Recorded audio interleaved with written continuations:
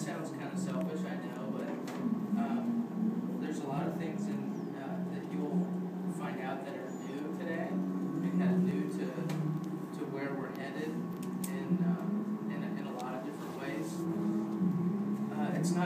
They're not big changes, but they're a little bit of their changes. So sometimes Ken Brubaker, everyone. So like I said, it's pretty important to me that you guys are here. And Ken, you need a box of Cracker Jacks or? Well, dang.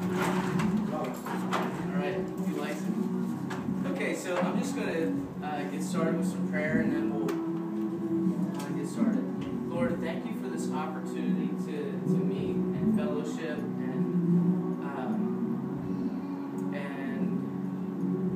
just be a part of something that you're doing here at Pathway. God, I'm personally thankful for what you're doing in my heart and for the just vision and encouragement that you've been giving me. And God, I am so thankful for every person in this room and those not in this room that have really just given it up for Jesus and have made this ministry really start to take some leaps and bounds. And, if it wasn't for them, I wouldn't be able to dream like this, Lord. So I'm just so thankful today for every person in this room, God. And Holy Spirit, I pray that you would fill us up this morning, that you would encourage us, that you would give our brains some extra energy to think and to explore areas that we may have never explored before, God. And I just pray that ultimately that you would be glorified this morning, that your name would be lifted on high, and that it wouldn't be anything that we would do as a children's ministry or as individual teachers and coaches, God, that it would all be for your glory and for you. And Lord, I just pray all this in your precious Son's name. Amen. Shane, you like the grand entrances too. There's a cracker box there for you, and there's more agendas too.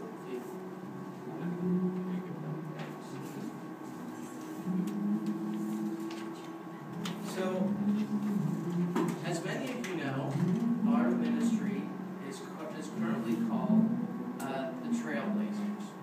Okay, and maybe you knew that or didn't know that, but that's kind of where we're at this very moment in time.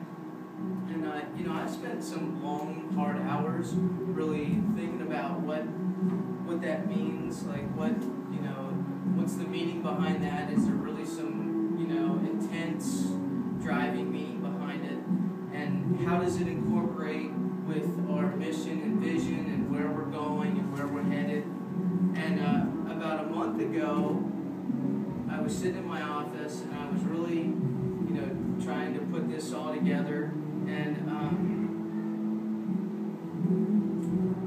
I believe that the Lord, I believe that the Lord kind of led my mind along a different path, and the Holy Spirit was working and kind of spelled out a different name, okay?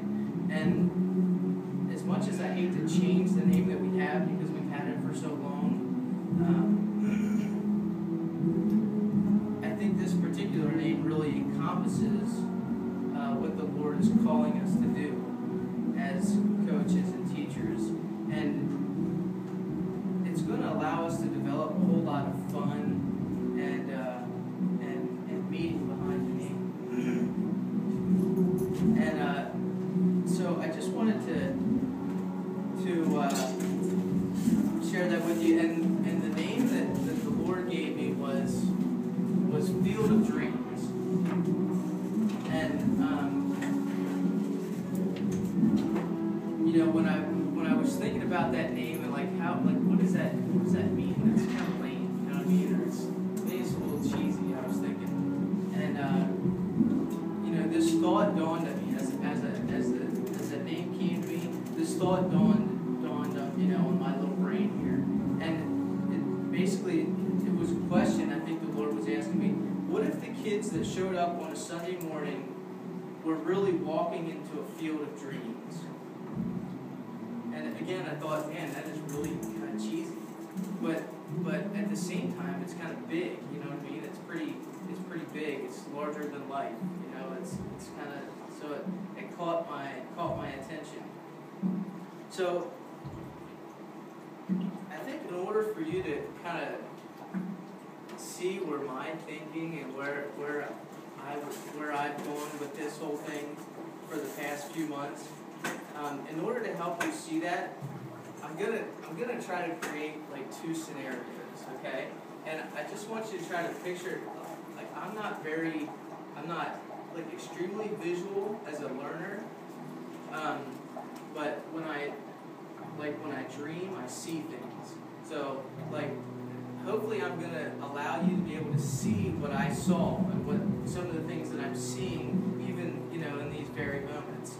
So in order to do that, I would like to do something pretty cheesy, and I'd just like you to close your eyes, because I think, like for me, when I close my eyes, I can kind of visualize something a little better. And maybe not. If you can't visualize it, then don't close your eyes. But I want us to try to visualize what this looks like. Okay, so I'm going to take you up two scenarios, and I'm going to try to take you on two trips. Okay, and the first trip goes like this. Imagine yourself as a young guy or a young gal.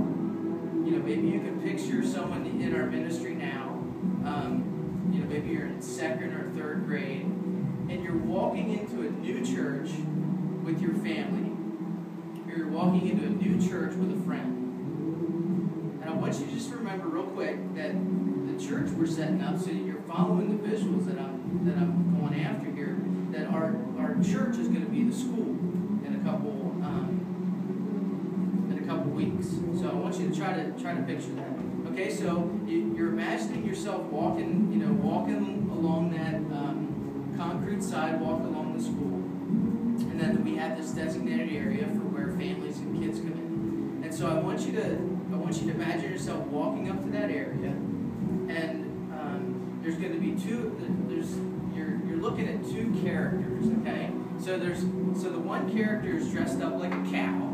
Okay, so you kind of picture the Chick-fil-A cow standing there, acting a little goofy, and then the other character is a baseball player. He's got an FOD hat, which is Field of Dreams. He's got a Field of Dreams hat. He's got the full uniform and a baseball bat, and so you're kind of like, wow, this is a little fun. You know what I mean? You got some characters, and the cow kind of jokes around with you a little bit, and it's kind of like a little fun greet. Okay, and then you walk through the doors to, we kind of have that open area where the kids sign in, and so, as you walk through the doors, you see some smiling faces at the table, and they're greeting you, and actually a greeter comes over and actually notices that you're new. Okay, and so they just kind of run over and give you a hug and talk to you a little bit, and also as you walk in. There at the table, behind the table there's these huge columns, and then behind them is a banner that's connected to it. It's big, it's huge, and it just says Field of Dreams on it. Okay? And your kids, you're like, Field of Dreams. I mean, what does that mean? It's kind of goofy, but it sounds kind of fun. So you get checked in and everything, and just one note there, that I think all of us there's a part of us that really likes to dream, okay? There's a part of us that really likes to dream, and especially as kids, we get into that a lot, so just wanted to make that note. So next, you walk down to the left, and it's kind of like an old stone path. We have some pavers on the floor, and you're kind of walking down this old stone looking path to your classroom, and along this path, there's huge cutouts of like tractors and fields and cows and stuff like that on either side, kind of decorating the aisle or the way to go down to your class. And then I forgot, because you were in second grade, you need to go down the other aisle. So you turn around and we walk past the table again, and then you see this huge tunnel that looks like the tunnel that the football players run out of. you know, when they're going to the Super Bowl. And we've got some turf on the ground, so you're kind of walking on turf, and you're like, wow, that's pretty cool, you know. It's kind of, you know, larger than life, Super Bowl kind of stuff.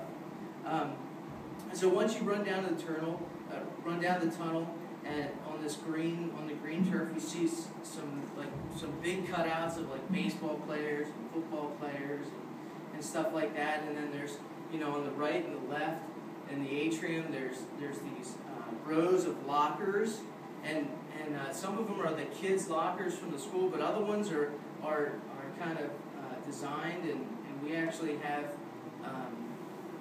you know, they're kind of filled up with FOD gear. So you see, like, kind of in the professional players' locker rooms, they have, you know, hats and football helmets and all kinds of stuff like that. So that's lots lined up on either side, and then as soon as you get like around the corner there, you look to the left, and there's this big stage, and on the stage kind of looks a little bit like a stadium. There's some big stadium lights on either side, and then there's this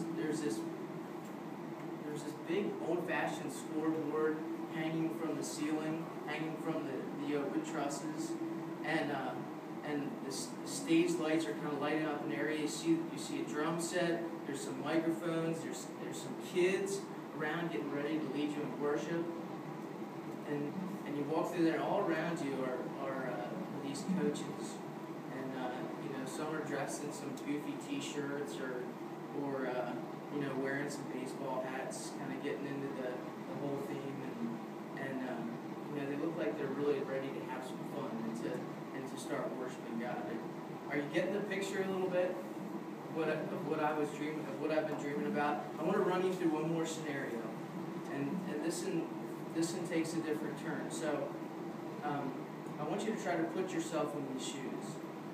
You know, imagine yourself as a young guy or gal that, you know, you're walking into church for the first time. You know, you're coming with a friend. Your parents are divorced, and you know, home life is kind of tough. You're looking for a lot of attention. Your home life is tough because you're back and forth from different parents, and you know, you do okay in school, but you're just kind of average.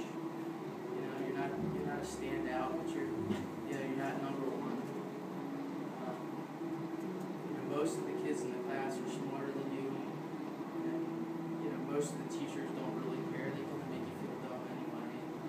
And you know, you're not the worst kid in the class, but you're certainly not the best. And you know, you're okay in sports, but you don't really enjoy them. You're kind of, you know, it's fun. You like to, you know, run around and get crazy, but you know, it's not something you really enjoy. You really feel like you can excel in. You like singing and drama and kind of, you know, acting out things, but you don't really have somebody around you who can encourage you to pursue those things. You know, just imagine if you're that kid walking into a world where your dreams are focused on. If you can imagine walking into a place where folks actually care about what you're interested in and what's going on in your life. Imagine yourself being able to actually serve other kids. Maybe singing with them or leading worship. Yeah, just imagine yourself being able to sing on the kids' worship team. And, you know, nobody really cares if you have the best voice or not, but they're your peers, and you're able to you know, help lead them in some singing. And can you imagine how this young person is feeling right now? I can. You know, are they feeling like they're worth something in this place? Are they feeling like you know, maybe God has a plan for them, and that, you know, all the stuff that's happening to them all around is you know, it's going to be okay? Do they feel like they're being encouraged instead of caught in that kind of downward spiral? Do they feel like they may have entered a field of dreams? A place where they're encouraged to dream big dreams, encouraged to dream God-sized dreams, not human-sized dreams. They feel like they've entered a place that really understands the importance of who God created them to